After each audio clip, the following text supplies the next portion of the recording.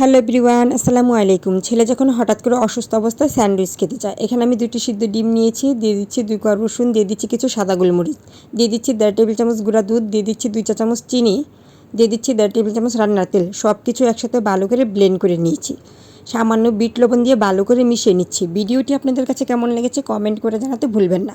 দিয়ে দিচ্ছি 1.5 টেবিল চামচ গাজর কুচি, ভালো করে মিশিয়ে নিচ্ছি। ভিডিওটি আপনাদের কাছে ভালো লেগে থাকলে লাইক কমেন্ট শেয়ার করতে ভুলবেন না। নতুন নতুন ভিডিও পেতে ইউটিউব চ্যানেলটি সাবস্ক্রাইব করবেন, পাশে থাকা বেল বাটনটি ক্লিক করবেন। এখানে আমি কিছু পাউরুটির পিস নিয়েছি। পাউরুটিগুলো আমি সাইডের লাল অংশ কেটে নিচ্ছি। এভাবে আমি সবগুলো পাউরুটির সাইডের লাল অংশ কেটে নিব।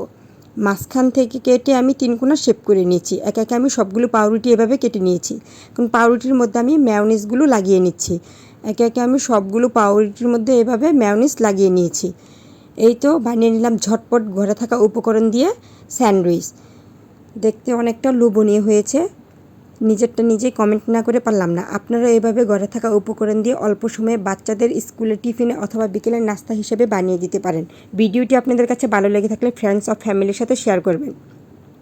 এখানে আমার ছেলে খাওয়া শুরু করে দিয়েছে, একটু একটু করে খাচ্ছে আর একটু একটু করে কমেন্ট করছে, আম্মু অনেক মজা হয়েছে, টেস্টি হয়েছে, হাত দিয়েই ইশারা দিয়ে দেখাচ্ছে ওয়াও। আমার ছেলের ফেস দেখে আপনারা বুঝতে পারছেন ও অসুস্থ, আজ সারাদিন কিছুই খায় নাই, তাই বানিয়ে না দিলে পারলাম না। আল্লাহ হাফেজ।